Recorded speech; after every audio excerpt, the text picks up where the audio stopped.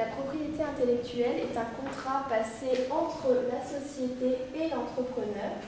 Il constitue un actif incorporel et confère au propriétaire le droit d'exploiter, de tirer profit ou de détruire son œuvre. La propriété intellectuelle se compose de la propriété industrielle et de la propriété littéraire et artistique. La propriété industrielle concerne les dépôts techniques protégés par le brevet, les dépôts d'œuvres ornementales protégés par le dessin et modèle et le dépôt de signes distinctifs protégés par la marque. Ce droit s'acquiert par le biais d'un dépôt. Le droit d'auteur concerne les œuvres musicales, artistiques ou littéraires et s'acquiert sans formalité.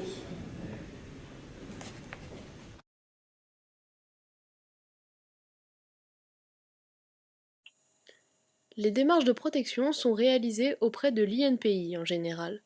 L'INPI, Institut national de la propriété industrielle, est basé à Paris, rue de Saint-Pétersbourg. Il enregistre et archive tous les dépôts de brevets, marques et dessins et modèles. Il est très facile de s'y rendre et d'y recueillir des informations. Chaque mois ou bien toutes les 2 semaines sont édités des BOPI, bulletins officiels de la propriété industrielle, qui permettent de publier tous les nouveaux dépôts, puis de les archiver. Il faut consulter le site internet de l'INPI, il est même possible d'y déposer une enveloppe solo. Ces démarches confèrent une protection sur le territoire français.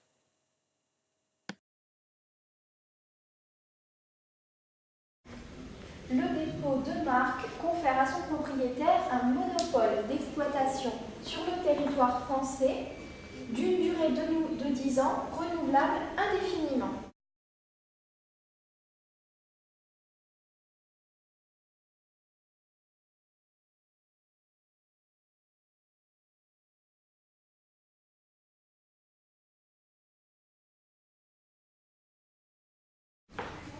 Le dessin et modèle confère à son propriétaire un monopole d'exploitation sur le territoire français pour une durée minimale de 5 ans, renouvelable par tranche de 5 ans jusqu'à 25 ans maximum. Il protège les caractéristiques esthétiques et non fonctionnelles. Il protège par exemple les formes, les couleurs, les contours, la matière, les textures d'une partie ou de l'intégralité d'un produit.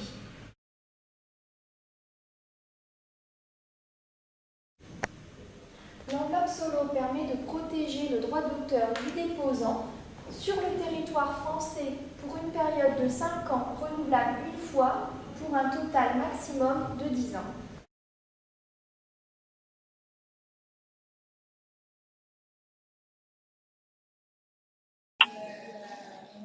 Bonjour, moi c'est Hélène. J'ai décidé d'arrêter mes études de graphisme pour me consacrer à ma passion, les bougies.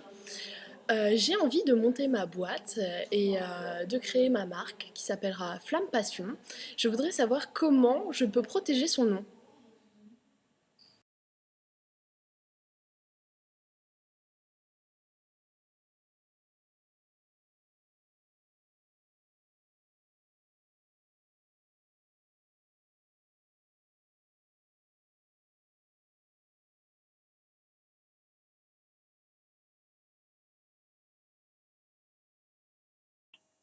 Sabrina Descamps a souhaité déposer le nom de sa marque By Descamps auprès de l'INPI. Elle a procédé à une recherche d'antériorité et a constaté qu'aucune marque déjà déposée ne portait ce nom, hormis la maison Descamps, fabricant de linge de maison. Elle a donc procédé, comme le conseille l'INPI, et a déposé le nom By Descamps. Au bout de quelques mois d'activité et après s'être fait connaître sous ce nom, elle a reçu un courrier recommandé.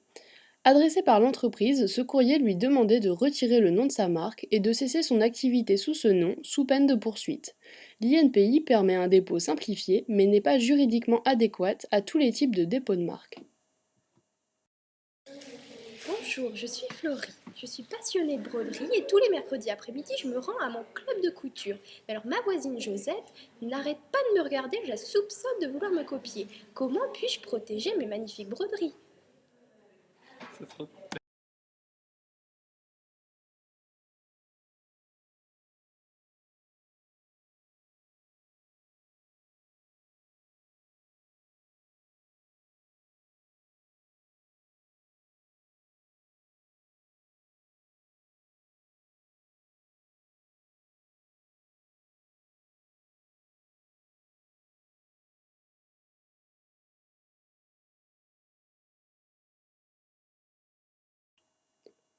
Patrick Quevreux dessine des broderies pour des clients et parallèlement à cela a repris l'activité de ses parents de broderie mécanique.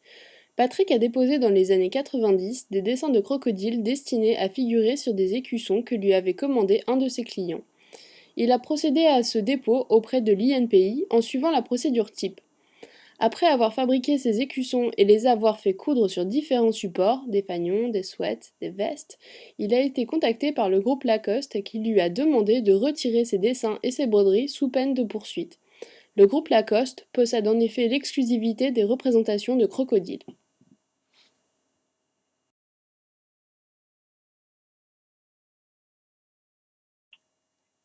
L'huissier procède au constat du dépôt de dessins et modèles, ce qui permet à Aurélie de vendre une pièce, une broderie, mais pas l'idée.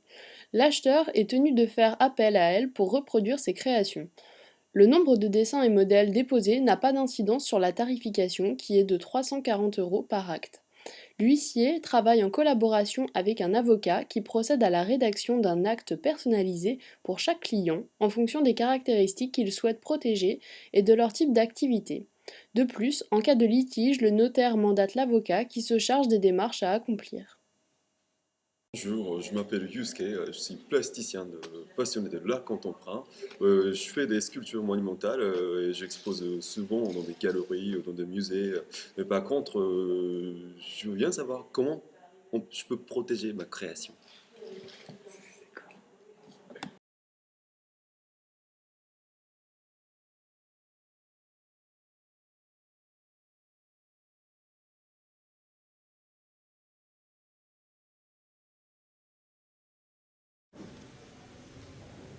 Il y a 12 organismes pour la protection industrielle à l'international. D'abord OHMI, Office de harmonisation dans le marché intérieur. En fait, il est situé à Alicante, en Espagne.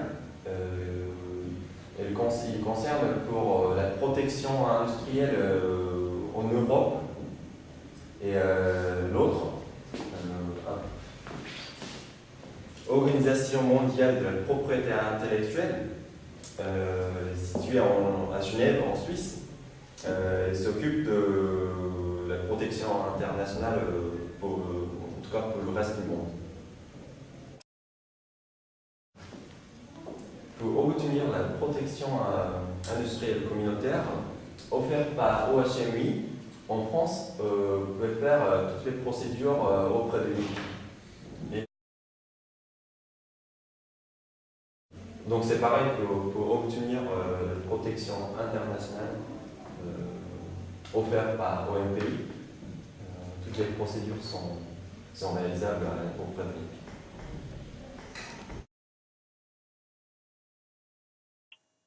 L'affaire Harry Potter. Warner dépose la marque Harry Potter en tant qu'une marque internationale en 2000.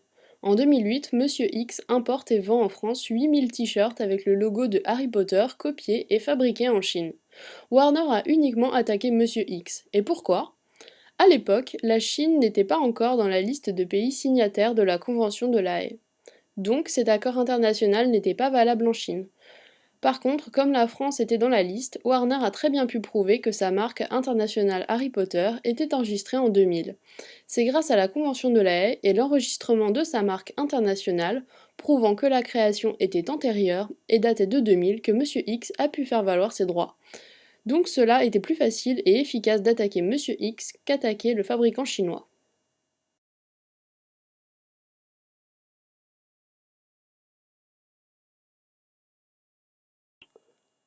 En 2008, Hélène Gruenet effectue son stage de BTS chez Andrea Cruz. Peinant au départ dans des travaux de couture, elle est ravie qu'on lui propose d'utiliser ses talents de dessinatrice pour créer de nouveaux visuels pour Lacoste. Elle s'exécute et passe un certain temps à élaborer 5 propositions personnelles qu'elle prend toutes en photo à l'exception de la dernière. Sa patronne les embarque et part rencontrer les responsables de Lacoste à l'instant même où elle venait de terminer ce travail. Aucune nouvelle de ce projet ne lui est donnée, et elle se dit que c'est parce que les propositions ont été rejetées. Le stage se termine, l'été passe et les études se poursuivent. Un an plus tard, alors qu'elle passe son BTS, elle apprend par inadvertance que ses motifs ont été imprimés, commercialisés par Lacoste et qu'ils sont vendus dans le monde entier et portés par des gens branchés. Elle n'a rien touché et son nom n'est jamais cité. Elle se rend à l'INPI et on lui apprend qu'elle ne peut rien faire, dans la mesure où le projet n'a jamais été déposé. Après avoir interrogé des avocats, nous obtenons la confirmation que les stages forment une sorte d'exception. Tout travail est attribué à l'entreprise et le stagiaire ne peut revendiquer sa création.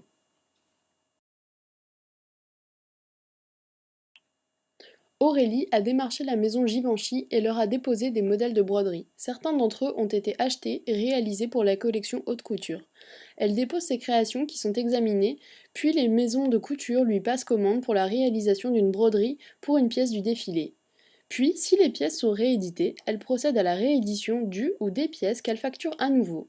Après le défilé, elle a constaté que d'autres modèles qu'elle leur avait soumis avaient également été présents, mais ne lui avaient pas été rémunérés, et que son consentement ne lui avait pas été demandé. Elle a donc rencontré son interlocuteur chez Givenchy pour lui faire part de sa surprise et lui témoigner son mécontentement.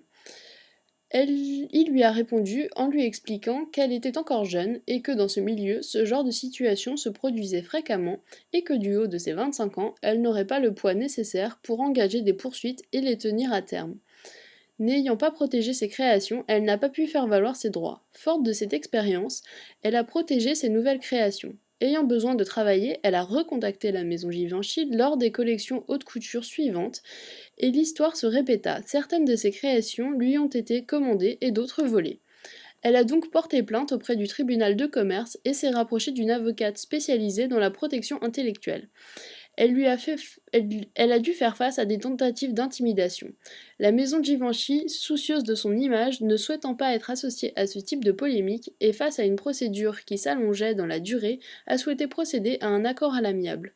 Lors de cet accord, les deux parties ont convenu d'un dédommagement au profit de cette créatrice, dont les frais de justice, les honoraires de son avocate. Cette procédure a duré 1 an et demi et a eu de sérieuses répercussions sur son activité car elle ne travaille plus pour les maisons du groupe LVMH et cela lui a valu la réputation de quelqu'un de procédurier et aux dents longues.